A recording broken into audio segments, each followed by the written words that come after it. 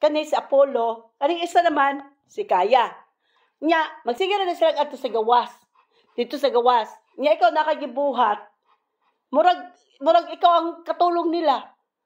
Kay, sige lang ato sa gawas. Sige lang kanang abri, close open sa door. Ano ba talaga? Kung dito lang kayo sa loob at matulog kayo dyan, sarap na ka ng buhay nyo. O, saan ka pupunta?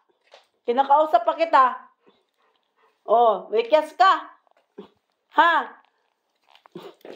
Ang sulti ko, wala hindi ako makipagdula sa imo.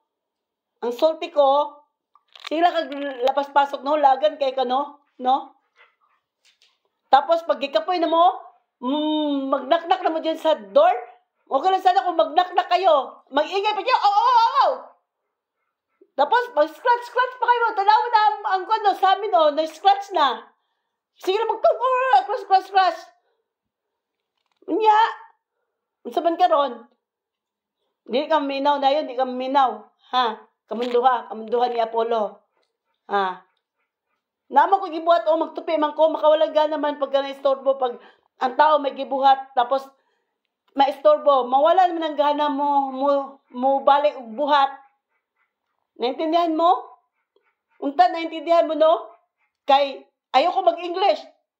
Kay, ang ako English, di kapoy na, nawala na ako English. Sige na, ayaw na mag-gawas-gawas ha? Sumbagol ko kamundo ha? Hihingal-hingal na yung isa Kay lagan kay ikaw po, lagan kay ka.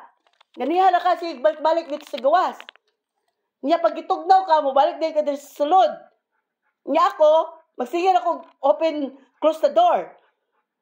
Abat, namoy sweldo sa kuha? Ha? Wala mo'y sweldo sa kuha ha? Sige na, pag ito magtubig diya, baldi ka hingalon. Gihingal na ka diya, tambok ni mo, tambok sad ko.